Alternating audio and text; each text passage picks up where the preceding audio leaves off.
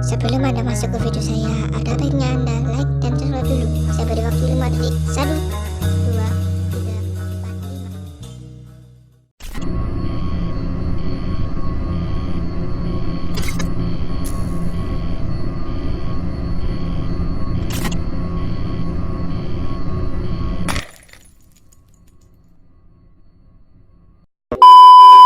I think they will continue this in game number 10. The bigger picture, the bigger story that has potential to unfold, and I just want to throw this into the mix. At which point does an Asian team turn around and say, you know what, we can't win this thing, but we can win another seat. We can win another seat for our respective region at Worlds. Let's go after South Korea. Well, that is the problem. South Korea is leading that race and quite heftily in terms of what you're talking about, obviously, for that extra slot. Korea's leading everyone right now. That is the problem. So in a way, the Western countries would be almost egging them on and be like, hey, you guys want that extra spot? Please take down South Korea for us. That'd be great.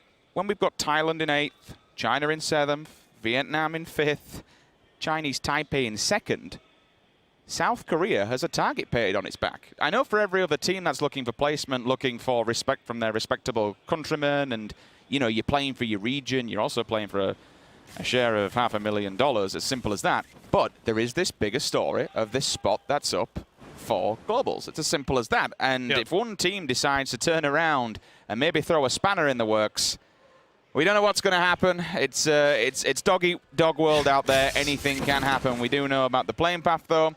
It could have crossed diagonally. And this gives any teams that like to loot around the southern end of the island, and more specifically towards the west, a bit more of a difficult time.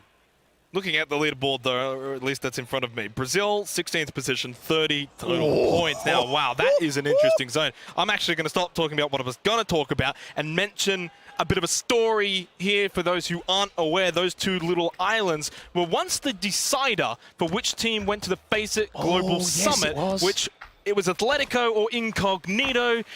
We went to those two little islands. Incognito ended up winning. They went to London because of this sort of zone. This can have massive ramifications here if it does head over there. There's also something else of a bigger story that you've just painted a picture there. And again, if you're not up on global PUBG, if you don't watch all the regions, there's plenty of VODs and plenty of ways to learn about it. It's really good to get involved in. But that specific scenario with Incognito, when they did make it to the Face It Global Summit, there was a bit more of a story.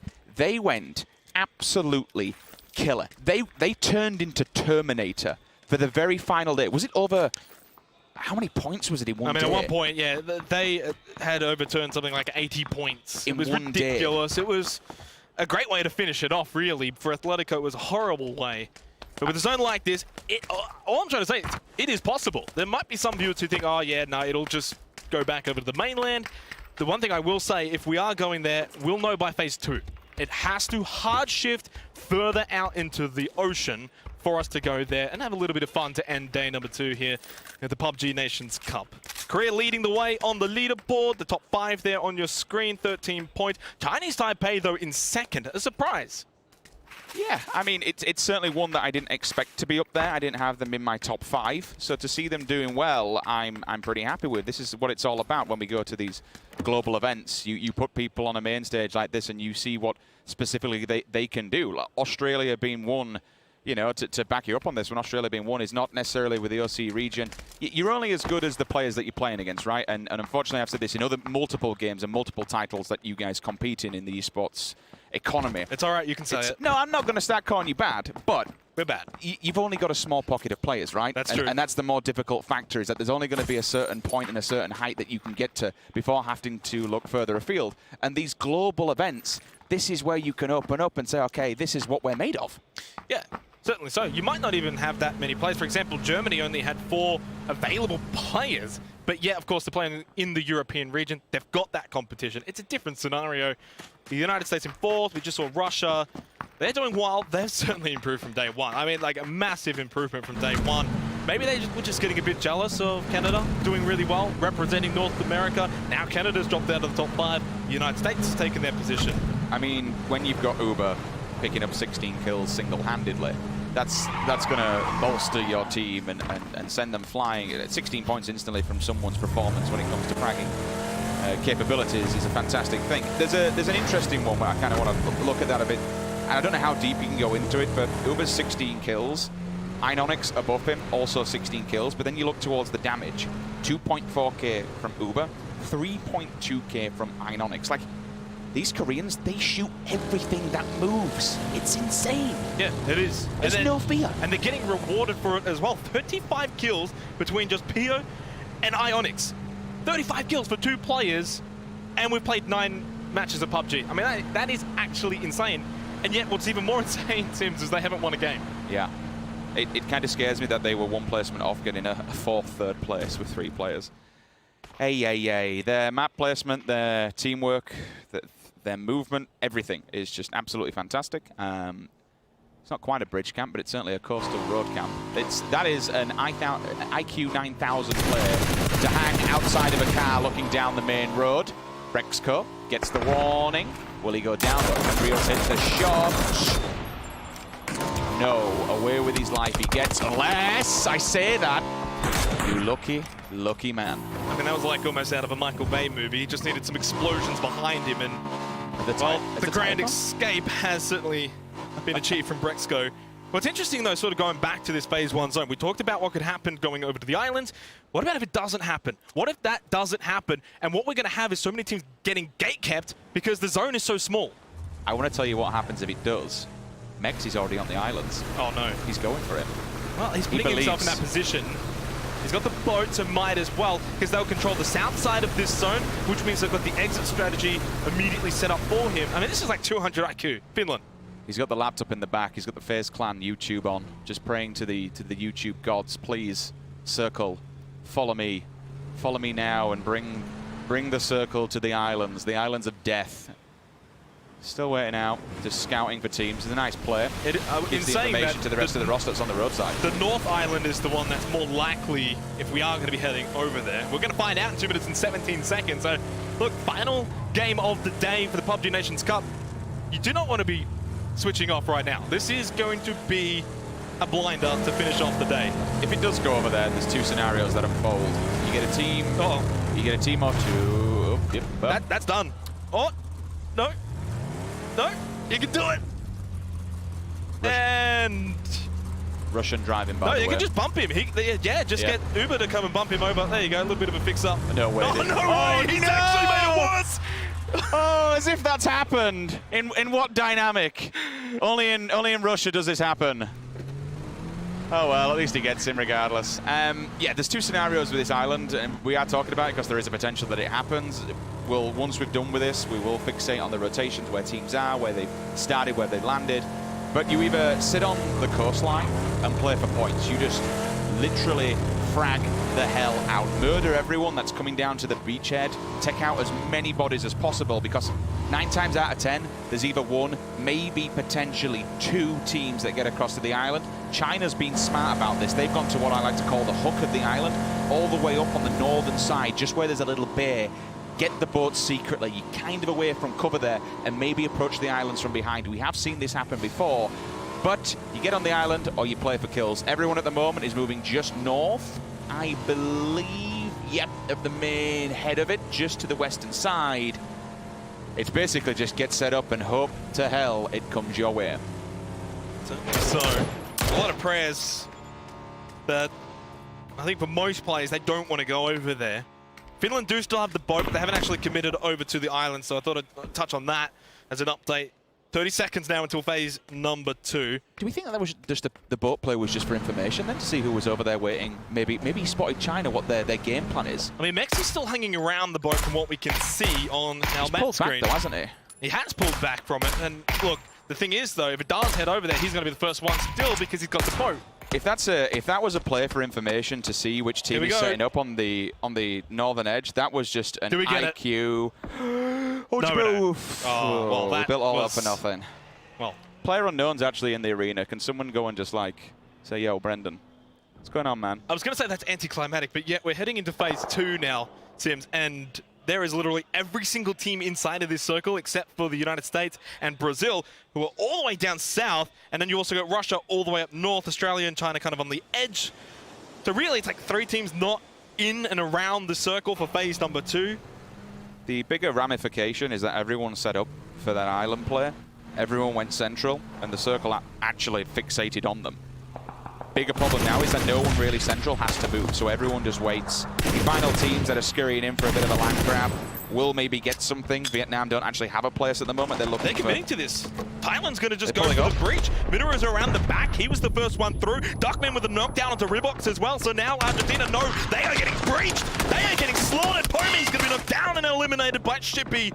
2 gone now for Argentina. Well played from Thailand. But Sapao Vietnam is going to get the elimination onto Minoru, who was outside of the back of the compound building. Cheeky steal. Easy point. Thank you very much. Tanawa will continue onwards. Man going back up his teammates. Make sure they keep this compound to themselves. Now Argentina's gone from it. They can clear it out. They've got a foothold. Russia yet to make the play on this one. 2 of the teams still late to the circle as per usual. Brazil and the United States of America. The US is by Puerto Paraiso. Los Leones just to the eastern side of it will be home to Brazil. Russia all the way up in the north. They've skirted the outskirts of El Azhar. The problem is, when they come down that main road, China is waiting for them. Big fights continue onwards in the central area of the map, the open fields. It's hot territory. This is a bit of a lava field and a bit of a minefield. Wherever you go, there is a team waiting. Milk up. He's on the bloody roof. He's getting away with this one. Good God, he's landed it. If he plays this, if he gets these kills, somebody just, I don't know. I don't even know what to say. He's frigging done it. He's done the impossible. He's gotten over the top of Argentina. The problem is he's by himself. He's got to calm things down a little bit. All right, he's made play of the year just about. If he had have got the double kill there after getting off the bike, he would have been playing the century of all time with Pubg. But now he has to be smart. He has to wait for the reinforcements, the rest of Chinese Taipei to come over towards him. He knows that Argentina are here. And here arrives the rest of his team. SR is here. Shaiwei is here. Now we can throw the nades and now we can reveal his location. And Esther, though, was ready and waiting, and he gets the knockdown and the flush onto SR.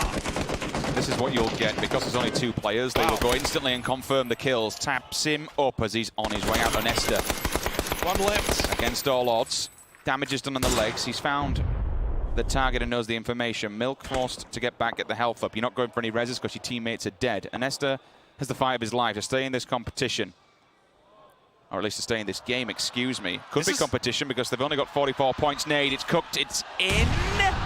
Not quite, and it is a 1 versus 1. We actually just saw Leo is next to South Korea, and Leo's about to be knocked down by South Korea. Aqua 5 spots him in the bush, and they are down to just 1 left, Chinese Taipei, and so is Argentina. There's that 1v1. It's quite surprising that he's disengaged from this. I thought he may rally the troops and get back together, to be honest. South Korea, I mean, they don't need this sort of luck, but they're getting it. They get the feed from phase 3. Luke 12 finds a knockdown. In fact, Australia versus the United Kingdom happening up north. Oh, look at Zoidmate's angle, though. He's above them. They don't know he's here. If he floods this round, he could knock them from the back lines. Then Reels is basically left in a 1 versus 3 scenario. Zoidmate with the high ground is going to spot Michael, but Bart's actually going to get Zoidmate. The IGL of Australia's knockdown. It's 1 knockdown apiece, but Michael's going to push up, and they're going to try and finish him quickly. I'm not going to lie. I am going to be biased here. Come on, boys. Don't die to the United Kingdom. That was a really good mirror image play. You could see what Zoidmate's mental idea was, get behind them on the side of that hill, but Vard's angle, if he held back purposely to watch that, it's done the job. They've only lost 1, so a trade apiece now, even Stevens. 3 versus 3, 1 compound. This compound is inside the circle, but only just. We're all the way up in the north, just to the east of Minas Generales. Australia do have prime position. Oh, Russia's coming in behind. I'm really sorry to break you off. Russia isn't too far, so just be aware of that in the distance backburning. It does seem like that fight's going to slow down between the United Kingdom and Australia for the time being. We'll obviously kind of want to keep an eye on it. Reels potentially cooking a nade. They don't have the full information on the rest of Australia. The good news for Australia, by the way, for those who aren't aware, Zoidmate is the IGL, but so is Vasily and Insight for their respective teams. Yes, they do in fact have 3 IGLs for Luke 12. Udir knocked down by Drazzle as the United States start to push up towards China. It's okay having 3 IGLs, but I suppose you have to, at some point, 2 of them will have to back down and have 1 lead in the chat, because then the comms just become messy. We'll stop on that one for a second. Valiant and Sharky back to back. Matt goes down. China lose 1 initially. 2 players do split off. Got V, second from China to follow up instantly. May have overextended a bit there. Zampa getting aggressive, getting an angle here. I saw a quick cycle on the grenade. Summit forced to disengage, forced to run. China down to 2. They've lost this battle, and now they're split at the sides. Yep, Summer's just going to make his way out of here, realizing what's down to 1? I think they are actually down to 1. Finland, though, sort of heard what was happening. Jempti and Septi are on the edge of Impala, ahead of the United States. So the United States sort of aren't out of a dangerous territory just yet. They still need to move into the zone. Now we head over to Milk. Reminder, of course, last one alive for Chinese Taipei. He got the knockdown onto Rusty's arrow, throws in the nade. Oh, he gets the angle! It's off the backboard and he gets Rogi! But he's down to 28 health. Gonna go for the flush. Needs to confirm the point if he can. And Esther's still there as well. And he's Milk gets him just before going down to Gabba. Argentina technically last. Chinese Taipei follows shortly after. Oh, he's still on the roof. Oh man, he's been playing from up high and he's been making it work. Picks up a frag and confirms what he started. Whoa. Circle. Crowd like that one. Yeah, the crowd going wild. That means that Korea, they'll hold it. La Bendita, they can take the ball, they can take the edge. Pio will sit outside, keep a check on the United Kingdom. They have to make a move in. We spoke about Russia earlier on. They have finally advanced in, and now they're at the doors for Australia. UK may have completely disengaged from it, but now they've got a fight of their own. It's 4 men standing. Luke does answer back. Senya goes down. And we're going to switch over to the fight now. Aduzi trying to respond, unable to get a knock. Reminder, very quick, they are down to 3 players here, Australia, but they've got better position. The blue zone starting to put the pressure now onto Russia. They need to move, shoot, and throw their nades and put some pressure onto Australia. As they do actually get the revive of the Senya, we now move over to Septi and Finland pushing. Depp got the knock, but it's Jempti who is able to respond. Tixu will finish him off, and back over to Australia versus Russia. They didn't go for the flush, so he was allowed to respond up close and personal. They made it happen. Aduzi is damaged, but he's not out. Grenades, they're over. Australia, they're damaged. Vasili's gone. Luke 12's got that. Grenades, they're all gone! Australia, as you put your heads in your hand, my friend. That's rather unfortunate. The grenade seals the deal on that one. They did the damage, but it's just an unfortunate set of events that they had to fight the United Kingdom. Then all of a sudden, you've got so much damage. You've committed to using your bullets, your bandages, your armor is rent. And then when a team of 4 comes knocking at your door, well, Vasily somehow from the grave actually gets that bleed out onto Kemba. Riel's going to be eliminated by Pio. United Kingdom, of course, stand down to just 2 now. Michael and Bard, I don't think that they're going to be that far away from following Australia out of this game. Aduzi also going down to the blue. So for Russia, they're down to just Uber and Senya. They're just moving straight into the zone, but they're in the middle of so many different teams right now. Drazel, the nade. Can he find the rest of the United States? Zemp has already been knocked down. It's going to go in, but Zempa falls to Summer.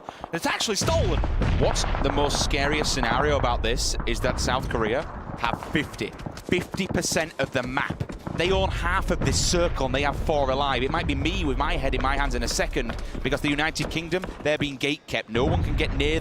Look at this. They can't get anywhere without meeting a rival who's playing edge of circle. Inonix and Pio holding them dead to rights. Vietnam, they're in a bit of a difficult spot. There's 4 teams behind them. Russia's in front of them. Canada, they're breaching. We've got several teams here as well. All the way on the eastern side, it's a goddamn mess. This is going to be manic. Yeah, there's 5 teams actually all the way out to this eastern side of the zone. I can only imagine 1 or 2, if they're lucky, will actually make it out of this situation. 45 seconds until phase 5. The nade is going to fall short, or maybe further away of the mark of Canada. Maluk still low, unable to get the heal off. Turkey lose a member. Canada's still got 4, but they need to find Germany here and quickly. Thailand, Russia, Vietnam, Canada, Germany, they're all in one area. They're all fighting for one building. The last stance over here in the corner, the United States, they will fall. That was on the outskirts of this one as they were trying to make a rotate, but we do see Turkey. You can't disengage from this fight. It has to happen. If you want to stay alive, you have to take it and go now. Kane's going to get 1, but he can't quite get the second. Drazel and K-Mine respond. They both get a knockdown each onto Brexco and Kane, but here comes the blue zone. It has arrived. Now they've got to move and shoot, and it's when the slaughter fest will begin. Maluk finished off. Moody's going to be knocked down. Korea get the zone again as Levi's goes down to the blue zone. Maluk's going to be eliminated. Vard knocked down by Thanawat. It's chaos all over the map. That's pretty mental, because Thailand actually have an island in the United Kingdom. They've been trying to make something happen up against South Korea in the hillside just past Bendita, but now the third party's coming. He's been knocked. Michael will be under fire. Keep an eye on the kill feed. The United Kingdom, they might be going down very shortly because the blue's on the back. China, they're the first ones who do fall in this mass engagement. Canada, they're battered, they're broken, they're on the floor, they're begging for mercy. Russia, they will fall. They'll be spotted in the open. They've been laying down for a while, just on the side of that fight. Chris against Canada and Vietnam. The last man standing for Germany. What can he do? Kemal still trying to find a knockdown here onto Mert from Turkey. They've got 3 still alive. It's hard to imagine that Canada, Vietnam, Germany has still got 3 teams around this area of the map. Basil knocked down by Drazzle. It's close. And now Nim's going to fall as well. And there goes Vietnam. But Shippy with the knockdown. It's okay for Canada. The smokes are there. Well, where do they go? It's open field. This is literally nowhere. 1, 2, 3, 4 teams are looking. Firing range. Everybody who's on the outside is literally about to die. It's rather unfortunate. Chris, he's the first one to fall out of this pack. Germany, they go down in 9th. Canada, they're watching, unfortunately, Drassel just bleed out in the blue. There's nothing they can do. The United Kingdom, they could be quiet about this one. They could wait. If they got Canada. How have you got a vehicle? How have you got a vehicle? Where has this come from? Canada. Are they going to try and cross the border? Because that's what they need to do. They're also going to cut across this road to get onto the other side. The side of South Korea. Unfortunately, that vehicle doesn't even get them into the zone, Sims. They can't even get into the zone, let alone crossing the road. Because we know phase 6, it's likely to go to Korea again. Skirting on the edge. Just in a headshot in the distance. 3 teams have an angle. Japan now. Turkey's here, knocking at the door. There's the initial one. Turkey, it's Iroh. He's by himself. Can he 3v1 this?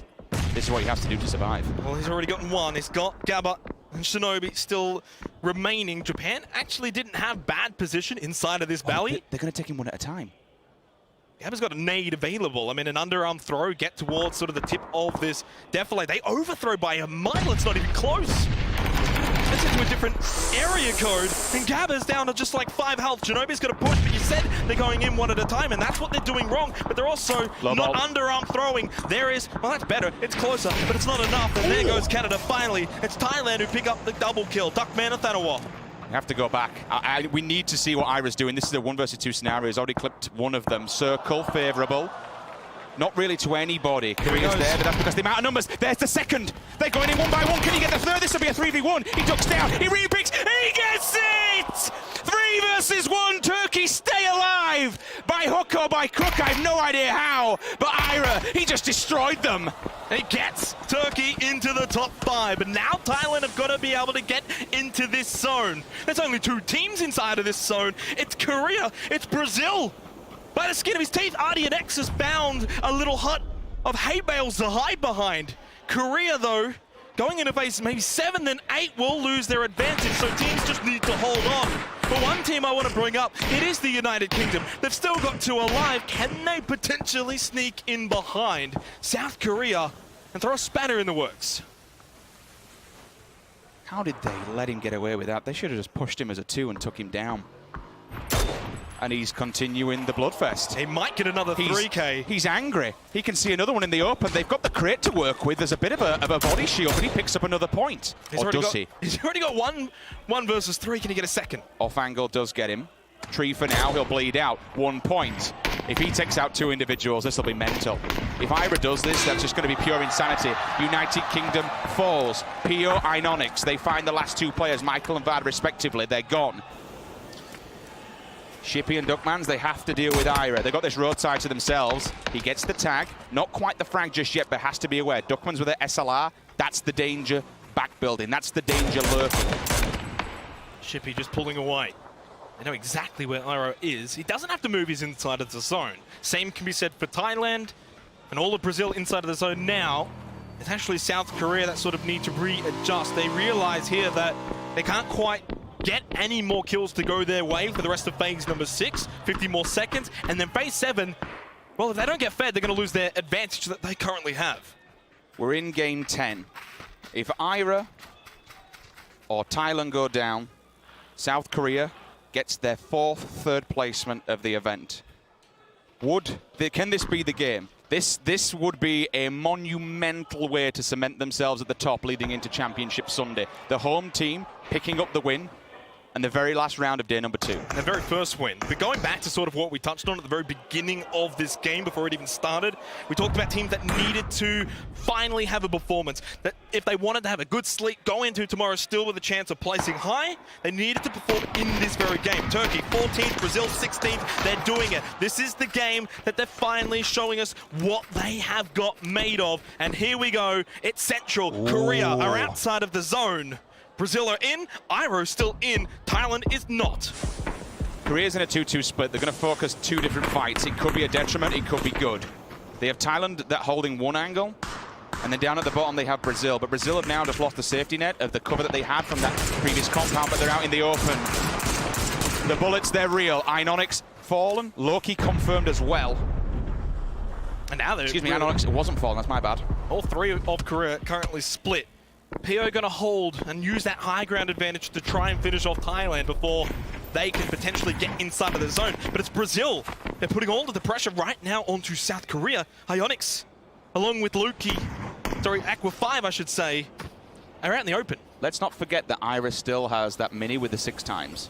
He's already tanked up Thailand once. He's already pulled off a 3 versus 1. The man is an insane fragger. He's a bloody good player individually.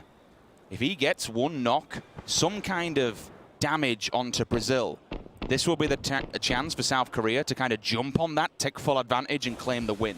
They're still focused on Thailand, and that's understandable. That's why they left PO back here. He's doing the damage behind the hill. He's in the vehicle, Blue's here, time to go. He has to regroup with the rest of his friends. Thailand can actually just push along that defilade and actually get inside of the zone. Iroh pushing though towards Brazil. Brazil probably don't have the information of Iroh in the same way that Thailand definitely do have. But Korea starting to group up a little bit. Iroh spotted. Thailand are not going away just yet. It actually is ironic. As much as he would love Korea killing Thailand, he really wants it because they are the team that knows where he is. And they're starting to push towards his direction now. Iroh has to get these. Oh, the headshot from Duckman though puts him in his place. And he's got to heal up. The nade's been cycled. I don't know if it's been thrown. Shippy's actually taken full advantage of this. He's pushed up. Turkey's gone. There it is. Throws it Ira's way. Now Brazil have 2 players that are going to lurk. South Korea can actually sit down because of the defilade they have. They don't have to expose themselves here. I suppose that could be said for a lot of teams, but honestly, Duckmans and Shippy could essentially dictate how this game goes. That's the first knock. Okay, the road to victory, the road to the chicken dinner has begun. But we said the thorn in the side could be Thailand. They have that. It's been taken away. Oh, okay. And that's even a bigger play now. Taking out Rogi stops them getting towards that. What is the last shield, the last shelter in this open field? Yeah, Duckman has spotted PO and Aqua 5. You mentioned Thorn in the side of South Korea. Could you imagine another 3rd place finish? It would be their 4th one of the entire tournament. For Brazil, it's a must-win from here. They have to go out and get this win if they've got any chance of a strong place finish by the end of tomorrow. Duckman finally opens up, gets a knockdown, and he finds a 2nd one. And a chance still, though, for Korea to have 3. They're going for the revive. Inonix is punished. That grenade. It's a rocket. It's sent. It's close. Not close enough, though. The revive has transpired. Korea back up to standing of 3. It kind of feels like it's Duckman versus Korea and Shippy versus Brazil. The bigger issue is that now Aqua 5 and PO have to reposition themselves. They've both got vehicles. Where do they go on this? How do you approach this one? They'll probably try and build them. I don't know if they're going in a single one. That's overzealous if I've ever seen anything. Is he wearing a helmet? Are they no, he's not. Are they going to go for the mid? They are. They're going to go for the mid play. They're actually... That's a very ballsy play, in my opinion. You're going to get grenaded from both angles. There's one at the door. Aqua 5 does survive, but PO goes down. X has his number red. That grenade's a follow-up. It could be deadly. He steps out. He goes down. And all of a sudden, South Korea, they're down to 1. Yeah, it's Ionix, and he's not inside of the hut. So both members of Korea that were in the hut are no longer there. X gets 1, Duckman gets the other. It might just yet be another 3rd place finish. But Duckman does lose his sidekick. He loses Shippy. He's by himself, and he's on the far edge of this zone. Brazil in a 3 versus 1, surely pick up their first win of the Pubg Nations Cup. Korea. Always the bridesmaid, never the bride. They just can't seem to get a hold of this win, but we have seen more wilder things happen. Inonix is an insane player, but there are 3 players from Brazil staring down the barrel. He's 8 HP. Surely he can win this. Rusty Zera says no. This could be 0 to hero. Remember, Brazil, they came into this with a very, very mere 30 points. 16th place, bottom of the table. If there's any time to jump up into the big leagues, it would be now. This win would be fantastic for their momentum going into tomorrow. Darkman is low. He still has a first aid kit, but he wants to get the knockdown, and he gets it off to Andy. Now it's a 1 versus 2. Darkman is literally the best player in Thailand, but Andy next. He's pulling up. What is he doing? He can't leave the shot. What's he doing? What is he doing? Knocked down by Darkman. It's a 1 versus 1. Darkman versus Rusty Zera, and he's running out of room. Imagine if Brazil have just thrown this. Imagine. What the frig did you just do? Both are going to have to move at the same time, though, so it's a bit of an even play here. Rusty could actually even use Andy as a shield. He could crouch behind him, 200 IQ, but they're going to have to move. They've got to be aware the blue zone is right behind both of them, and boy, it's not going to tickle. Rusty Zera, he's calling in the mindset, he's calling in the help from Cold Zera from another game. He needs that aim, he needs the God skill right now, looking across his Ducksman! Oh my God! 3 versus 1 Brazil! They both